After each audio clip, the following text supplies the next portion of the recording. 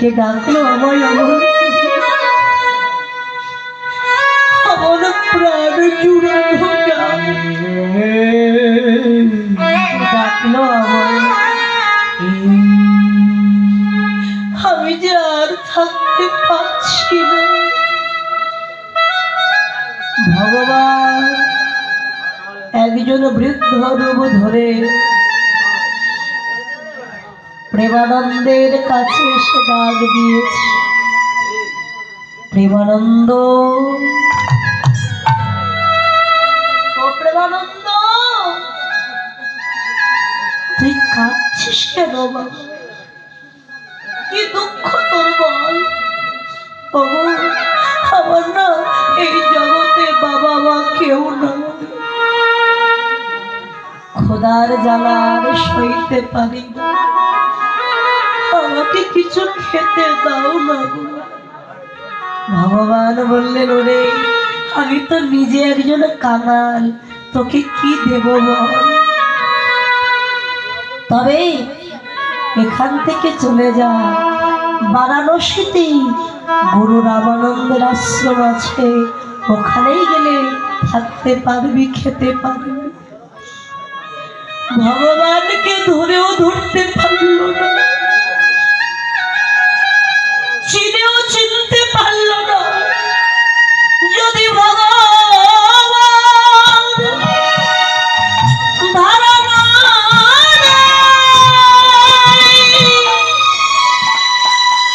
এই জগতে কেউ কি ধরিতে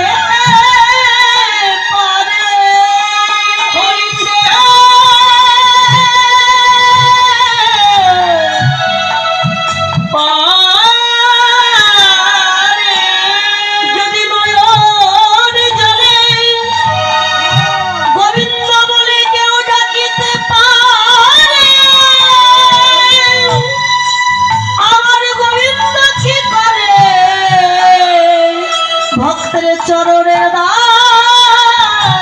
হয়ে চরণে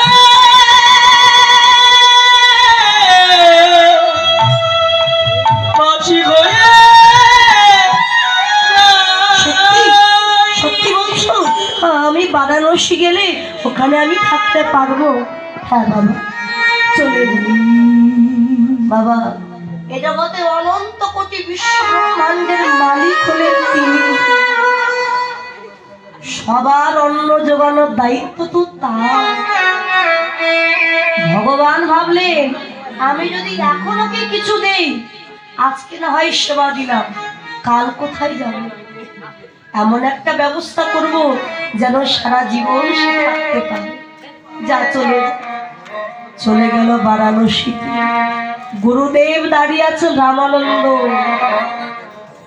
ছেলেটি ছুটে গিয়ে আছাড় খেয়ে গুরুদেবের চরণে পড়েছে। গুরুদেব, ও গুরুদেব, তোমার চরণে আমায় একটু জায়গা দাও না গুরুদেব, আমার যে জগতে কেউ নেই। এই ছেলে, কাঁদছিস কেন? কি তোর নাম? এই কোথা থেকে আসছিস? আমার না বাবা মা কেউ না, আমার নাম প্রেমানন্দ, আমি অনেক দূর থেকে এসেছি। আজ থেকে তুমি আমার বাবা, তুমি আমার মা। আমাকে একটু জায়গা দাও না তোমার চরণ। দেখ, তুই যখন বলছিস তুই অসহায়, কেউ না, আমার আশ্রমে তুই থাকবি, তার একটা শর্ত আছে। কি শর্ত গুরুদেব? এই আশ্রমে থাকতে গেলে যেই প্রথম আসে তাকে ভিক্ষার ঝুলি কাঁধে নিয়ে ভিক্ষা করতে যেতে হবে। তোকেও ভিক্ষা করতে হবে। ভিক্ষার চাল ডাল এনে আমায় দিবি, আমি প্রসাদ রন্ধন করে আমার মদন গোপালকে আমি ভোগ নিবেদন করব। পারবি? হ্যাঁ গুরুদেব, পারবো। তবে একটা শর্ত, জীবনে যেন কারোর বাড়ি থেকে অযাচিত ভিক্ষা করবি না। আমি অযাচিত মানে বুঝলাম না। যেখানে 5 বাড়ি গেলে হবে, সেখানে আমি 6 বাড়ি যেতে পারবো। প্রত্যেক বাড়ি থেকে 1 মুষ্টি করে চাউল নিবি, যদি কেউ বেশি দেয় নিবি। ঠিক আছে গুরু, প্রত্যেক দিন ভিক্ষা করে আনবো। একদিন যাই, দুদিন যাই, 1 মাস, 2 মাস, 6 মাস। বাবা দেখবেন, যার জন্ম থেকে যার জীবনে দুঃখ কষ্ট, দুঃখ তার পিছু কখনোই ছাড়ে না। আজকে হয়েছে ছেলেটির কাল, প্রচন্ড ঝড় বৃষ্টি হচ্ছে, মোহর মোহর বজ্রপাত। কি রে প্রেমানন্দ, ভিক্ষায় যাসনি? গুরুদেব, এত ঝড় বৃষ্টি হচ্ছে, কি করে যাব বল? তবে একটু কম হলেই আমি যাব। ওই আশ্রমের নিয়ম, দিনে যেটুকু পর্যাপ্ত সেটুকু ভিক্ষা করতে হবে, বেশি ভিক্ষা করা যাবে না। যে আমি সঞ্চয় করে রেখে দেব, এটা হবে। বৃষ্টি যে কম হয়েছে, ভিক্ষার ঝুলি কাঁধে নিয়ে ছেলেটি নগরে বাহির হয়েছে। চিন্তা করছে, যেহেতু বৃষ্টি হচ্ছে আমি সব বাড়িতে যাব না, সামনে যে জমিদার বাড়ি দেখছি ওই জমিদার বাড়ি থেকে আমি অযাচিত ভাবে চাল ডাল ভিক্ষা করে। আর গুরুদেব তো মন্দিরে আছে, কিছু বুঝতেও পারবে, কিন্তু সে জানে না যে আমার গুরুদেব যোগী পুরুষ। ইনি প্রত্যেক দিন ভোগ নিবেদন করে ধ্যান যোগে দেখতে পান স্বয়ং মদন গোপাল এসে প্রসাদ সেবা করছে। কত সাধনা চিন্তা করুন, যে ভগবানকে প্রত্যেক দিন সেবা করতে দেখে। সামনের জমিদার বাড়ি থেকে অযাচিত ভাবে চাল ডাল ভিক্ষা করে গুরুদেবকে দিয়েছে। আর গুরুদেব তো জানে না, প্রসাদ রন্ধন করে মদন গোপালকে দিয়েছে।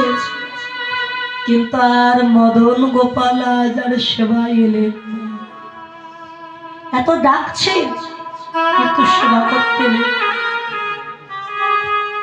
গুরুদেব চিন্তা করলেন, তাহলে আমি কি কোনো অন্যায় করে ফেলেছি? ধ্যান যোগে দেখতে পেলেন অন্যায় তার নয়, তারই শিষ্য প্রেমানন্দ করেছে এই অপরাধ। ডাক দিয়েছেন, প্রেমানন্দ, ও প্রেমানন্দ।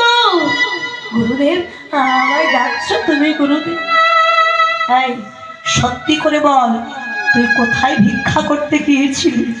বল। গুরুদেব, আমায় ক্ষমা করে দাও বাবা, বৃষ্টি হচ্ছিল বলে আমি সব বাড়িতে যাইনি, সামনের জমিদার বাড়ি থেকে আমি অযাচিত ভাবে ভিক্ষা পেয়েছি। কি করলি তুই? দুরাচারী, পাপাচারী, তোকে বারণ করা সত্ত্বেও তুই সে অযাচিত ভাবে ভিক্ষা করলি। বেরিয়ে যা। ওরে তুই কি জানিস, আজকে তোর জন্য আমার এতদিনের তপস্যা বিফল হয়ে গেল। চলে যা বলছি। ছেলেকে ছুটে গিয়ে গুরুদেবের চরণ বুকে জড়িয়ে ধরেছে। গুরুদেব, তুমি আমায় বকো, মারো, দুঃখ নাও, কিন্তু তোমার চরণ ছাড়া আমি কোথাও যাব না। গুরুদেব, দুরাচারী যাবি না? গুরুদেবের চরণে ছিল খড়গ। খড়গ পায়ে ছেলেটির পিঠে এমন জোরে লাথি মেরেছে যে গুরুদেবের ওই খড়গ পায়ে লাথি মারার সাথে সাথে ছেলেটির পৃষ্ঠদেশ কেটে গিয়ে ঝরঝর করে রক্ত পড়ছে। খড়গের দাগ পড়ে গেল, তবু চরণ ছাড়ল না। বেরিয়ে যা, দূর হয়ে যা বলছি। গুরুদেব, তুমি আমায় যতই মারো না কেন, আমি তোমার চরণ ছেড়ে কোথাও যাব না। যাবি না? দুরাচারী শোন, আমাকে ভজনের পথ থেকে সরিয়ে দেওয়ার অপরাধে আমি তোকে অভিশাপ দিলাম। এখনই এই মুহূর্তে তোর আয়ু শেষ, এবার তোর জন্ম হবে কুচির ঘরে। যেই না অভিশাপ দিয়েছে, এতক্ষণ পরে ছেলেটি চরণ দুটি ছেড়ে দিয়েছে। ওগো গুরুদেব, তোমার চরণে আমার এই মিনতি,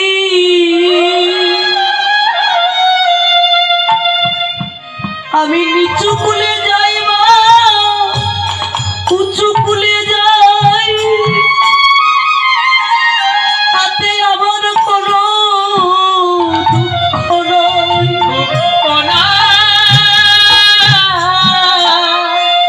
তবে যাওয়ার আগে একটাই আশীর্বাদ দিয়ে যাও, আমার যে কুলেই জন্ম হোক না কেন, যেন তোমার চরণ ছাড়া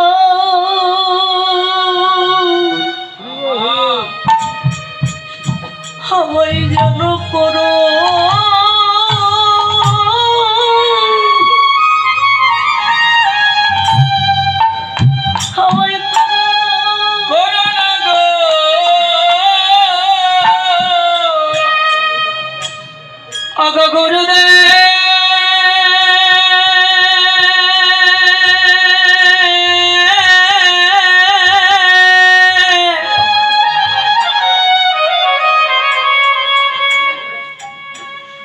যেন আমায় চরণ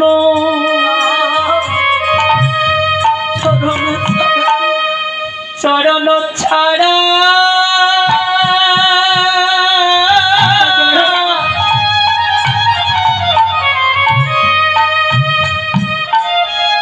আমায় করো গুরুদেব, করো না।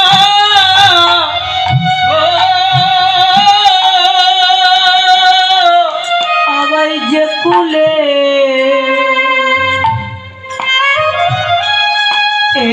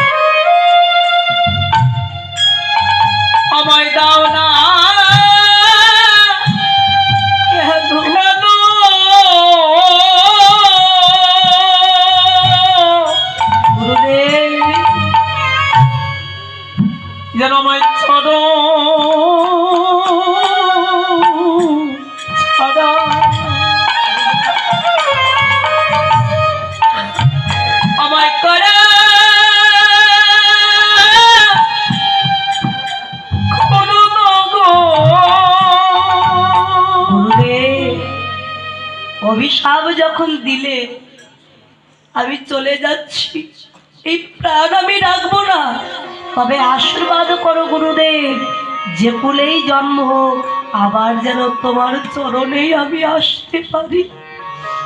এই বলে ছোট্ট ছেলেটি বারাণসী গঙ্গার জলে ঝাঁপ দিয়ে প্রাণ বিসর্জন দিয়ে কিছুকাল পর ওই ছেলেটি আবারও জন্ম নিয়েছে। কোথায় জানেন? কাশী ধামে রাঘবের পুত্র হয়ে, নাম হলো তার রুহিদাস। জন্ম নিয়ে ছেলেটি হয়েছে জাতিস্বর। জাতিস্বর কাদের বলে জানে? যারা পূর্ব জন্মের কথা জানে, যাদের মনে আছে, তারাই তো হলো জাতিস্বর। ছেলেকে জন্ম নিয়ে 10 দিন হয়ে গেল, কিছুতে কান্না বন্ধ হয় না। এত ডাক্তার বৈদ্য দেখিয়েছে, কিন্তু কান্নার বন্ধ হচ্ছে।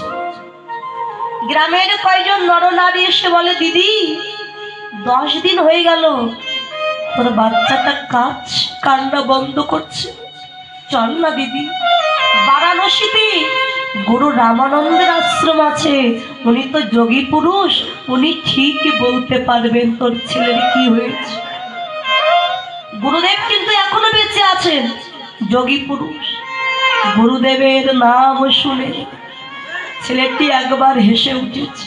দেখেছিস কেমন হাসছে, চল আমরা নিয়ে যাই। কোলে নিয়ে গুরুদেবের কাছে গেছে। গুরুদেবের কোলে দিয়ে মা বলছেন, গুরুদেব দেখুন না বাবা, আমার ছেলেটার কি হয়েছে, 10 দিন হয়ে গেল সে যে কান্না বন্ধ করছে না, একটু দেখো। গুরুদেব কিন্তু জানে না বাচ্চাটা কে। বাচ্চাটিকে বুকে জড়িয়ে ধরে পিঠে হাত বুলিয়ে দিয়ে বলে, বাবা কাঁদছো কেন তুমি, কি হচ্ছে তোমার? ওই যে পিঠে হাত বুলিয়ে দিল বাবা, অমনি সেই খড়মের দাগটা গুরুদেবের হাতে এসে খেলল। গুরুদেব পিঠের জামা তুলে দিয়ে দেখতে পেলে সেই খড়মের দাগ আজও তার পিঠে পড়ে আছে। গুরুদেব ছেলেটিকে বুকে জড়িয়ে ধরে বললেন, প্রেমানন্দ জন্ম নিয়েছিস বাবা, জন্ম নিয়েও এ জন্মে তুই আমার কথা ভুললি না, সেই তুই আমার চরণে এলি। এত ভক্তি তোর গুরুর প্রতি, সেদিন আমি ভুল করেছিলাম, সামান্য অপরাধে তোকে এত বড় সাজা আমি দিয়েছি। আজ তোর গুরু ভক্তিতে আমি সন্তুষ্ট হয়েছি। বল বাবা তুই কি চাস, যা চাইবি আজ আমি তোকে তাই দিয়ে যাব। ছেলেটি সে তো বাচ্চা, তবে অলক খেতে গুরুদেবকে ডেকে বলে, ওগো গুরুদেব তুমি আমার এই আশীর্বাদ দাও, আমার নিচু কুলে জন্ম হয়েছে তাতে কোনো দুঃখ নয়, তবে আমি যেন কৃষ্ণ ভক্ত হতে পারি। কৃষ্ণ ভক্ত হয়ে সকাল সকাল সাধুগুরু বৈষ্ণবীর বাজারে গিয়ে ভক্তির চরণ দুটি হৃদয়ে জড়ায়ে ধরে যেন হা কৃষ্ণ বলে আমি কাঁদিতে পারি। আমি এখন কৃষ্ণ কৃষ্ণ বলে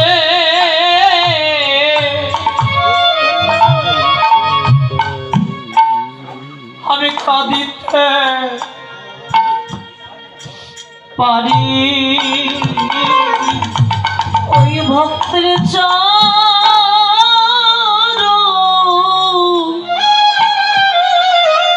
আমার হৃদয়ে জড়ায়ে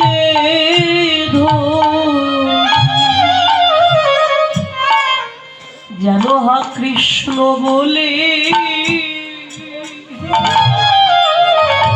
আমি কাঁদিতে পারি।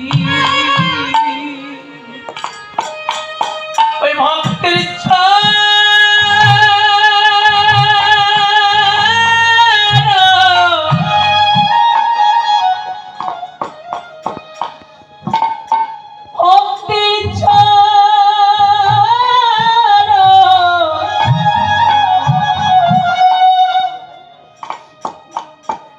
হৃদয়ে ছড়ায়ে ভরে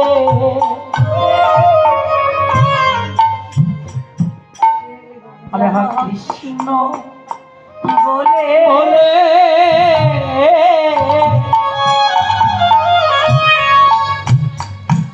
আমি কাঁদিতে পারি।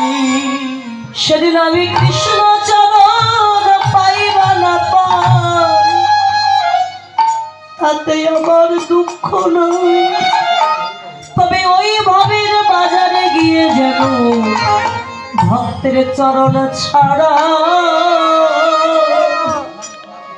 আমায় করো না। ভক্তের চরণ ছাড়াই আমায় করো না গো। শুধু এ জানবে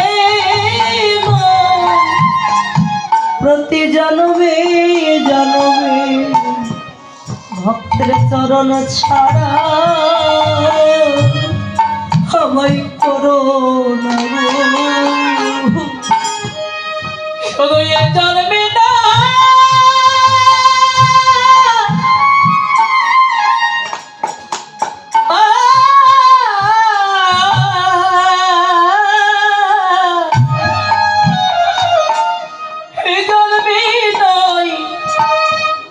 প্রতি জন্মে জন্মে ভক্তের চরণ ছাড়া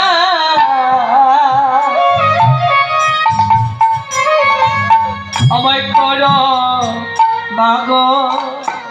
হরি তোমার নাম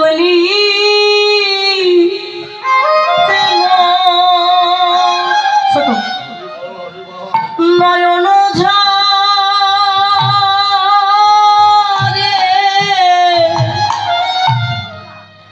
হরে প্রেম বন্যা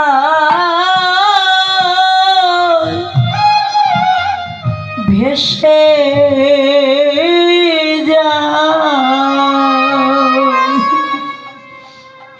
হরে চিরকাল করি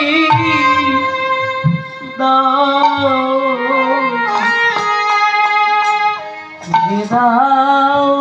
ধরা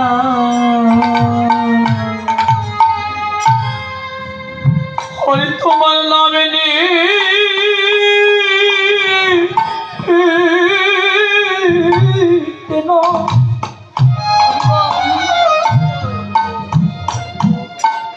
নয়ন ছড়ে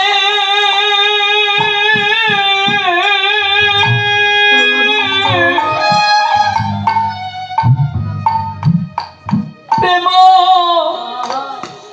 অন্না সে যাই চিরকাল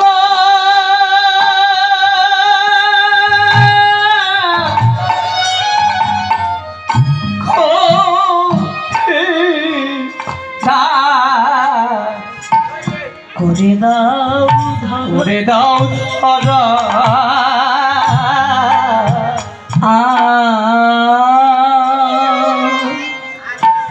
আবার যদি পাঠাও দয়া